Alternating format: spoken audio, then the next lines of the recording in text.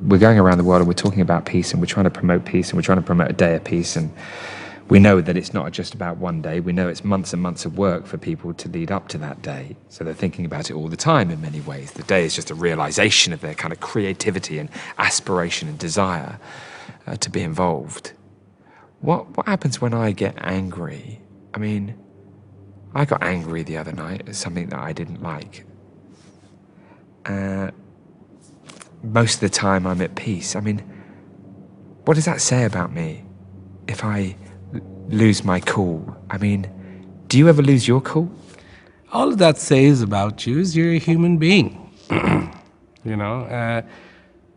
Ideally for a tree, it has taken a lot of effort, it has made a lot of effort to be clear and straight.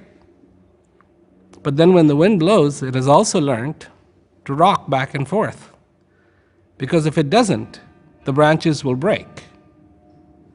And so to me, there are all these attributes that we have. I mean, yes, you get sad, you get happy, you get angry. That's not the issue. The anger isn't the issue. It's where are you coming from in your life? Are you actually anchored in peace? Is peace fundamentally there for you or not? Because if it isn't, then when the storm of anger comes, you'll get uprooted because you have no foundation. But the foundation is what's important. Getting angry and then understanding something from it is not a problem. Getting sad and then understanding something from it is not a problem, because I think too many people think the idea of peace is to become a vegetable. You sit on some mountain and you are completely impervious to everything that happens around you. Well, excuse me, that's not going to happen. You are a human being. So all these textures exist in our life. But what do we choose? We have to make the choice. Do we learn something from our anger, or do we let the anger drive us? Do we understand why we were angry and then better prepare ourselves?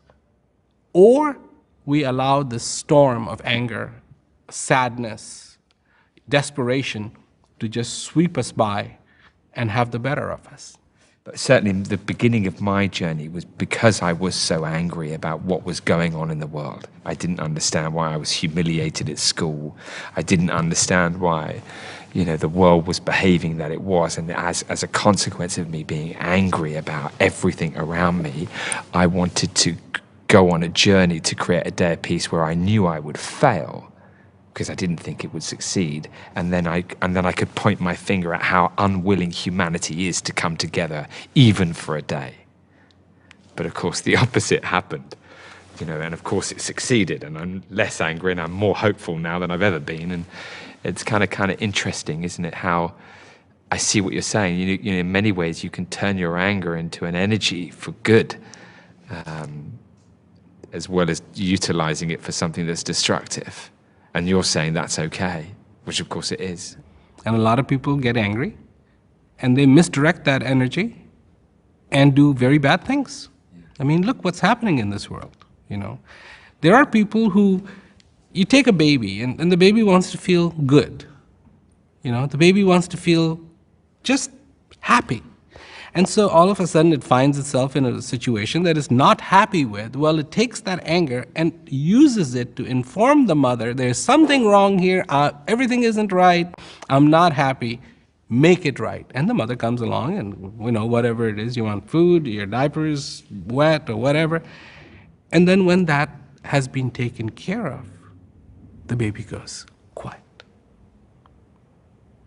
Baby falls silent. Why can't we learn that basic thing from a baby? That yes, maybe there is something to be angry about, like you did.